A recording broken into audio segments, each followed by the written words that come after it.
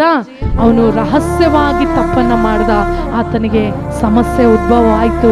ಈ ದಿನ ಅನನ್ಯ ಸಫೇರಳು ಕೂಡ ಅಷ್ಟೇ, ಅವರು ದೇವರಿಗೆ ಒಂದನ್ನು ಹೇಳಿದ್ರು, ಅವರ ಮನಸ್ಸಿನಲ್ಲಿ ಇನ್ನೊಂದು ಆಲೋಚನೆ ಮಾಡಿದ್ರು. ಅದಕ್ಕೆ ದೇವ ಸೇವಕರ ಮುಂದೆ ಬರುವಾಗ ದೇವರ ಸಭೆಯಲ್ಲೇ ನಾಲಿಗೆ ಕಡ್ಕೊಂಡು ಸತ್ತು ಹೋದರು. ಆ ದಿನ ಹಾಗೆ ನಾವು ಸಾಯುವಂತ ಪರಿಸ್ಥಿತಿಯಲ್ಲಿ ಹೋಗುವುದು ಬೇಡ. ಸತ್ತಂತವರನ್ನ ದೇವರು ಎಬ್ಬಿಸಿದನಲ್ಲ, ದುಷ್ಟರ ಹಾಗೆ ನಾವು ಆಲೋಚನೆ ಮಾಡುವುದು ಬೇಡ. ಪಾಪಾತ್ಮರ ಹಾಗೆ ನಾವು ತೀರ್ಮಾನಗಳನ್ನು ತೆಗೆದುಕೊಳ್ಳುವುದು ಬೇಡ.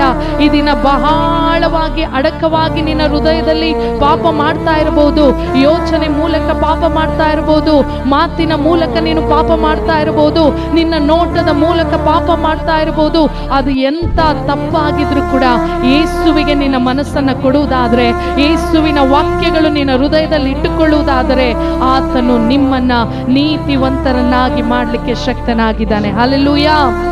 ಒಪ್ಪಿಸಿ ಕೊಡುವಾಗಲೇ ದೇವರು ಎಲ್ಲವನ್ನ ಮಾಡಲಿಕ್ಕೆ ಶಕ್ತನು. ಹಲ್ಲೆಲೂಯಾ.